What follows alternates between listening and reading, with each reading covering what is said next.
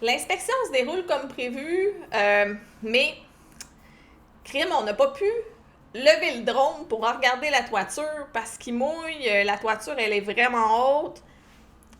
Et on appelle l'inspecteur, ben là, tu sais, t'as pas regardé la toiture avec ton drone. Il mouillait, mais déplace-toi. La majorité des inspecteurs vont se déplacer et vont refaire une deuxième visite, mais celle-là, elle va être payante. Vous faites déplacer un électricien, vous lui demandez une visite, il a besoin de revenir par la suite pour une deuxième visite, il va vous la charger.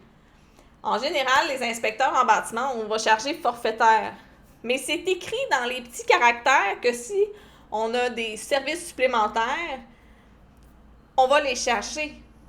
C'est important de comprendre, dans le fond, que oui, c'est forfaitaire, mais l'inspecteur n'est pas responsable de la température, n'est pas responsable s'il n'y a pas d'accès.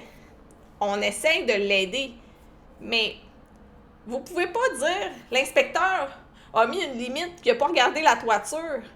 Puis là, je lui demande de revenir puis il me charge quelque chose puis je comprends. C'est le fun que ça soit fait dans une fois.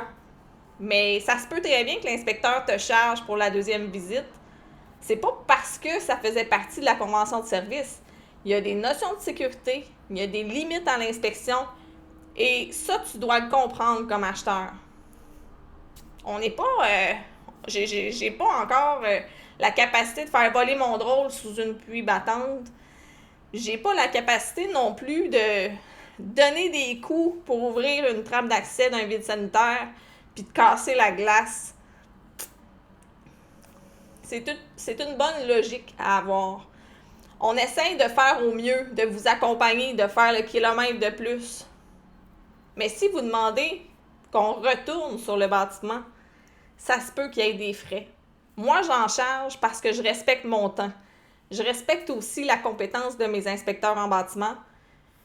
Et je trouve ça super important de vous le dire parce que si vous le faites pas, puis que vous dites « Ah, ben crime, il aurait dû se déplacer pour gratuitement », ben je pense que c'est un petit peu un manque de respect envers l'inspecteur. Je te respecte toi comme acheteur. Je vais essayer de t'accompagner, mais je reste un humain qui est là au meilleur de mes connaissances et au meilleur de mon vouloir pour pouvoir t'aider. Une inspection, pour le temps que ça prend et pour le déplacement que ça prend, si je me redéplace, j'ai pas mis d'autres clients, je m'occupe de toi. Donc, je trouve ça important de pouvoir t'informer. Si on se déplace une deuxième fois, ça se peut que l'inspecteur te charge des frais. Et, en tant qu'humain, c'est normal qu'on n'ait pas nécessairement tout vu la première fois si on n'avait pas d'accès, si c'était pris dans la glace, s'il y a ça d'épais de neige. Ouais, je pense que c'est normal. Ouais, je vous dis ça comme ça. Je m'amuse beaucoup, mais tu sais, je trouve ça important parce que les acheteurs ont un rôle à jouer. Faites la formation sur les acheteurs prudents et diligents. Je vous explique les limites de l'inspection et je vous souhaite une excellente journée. Au revoir.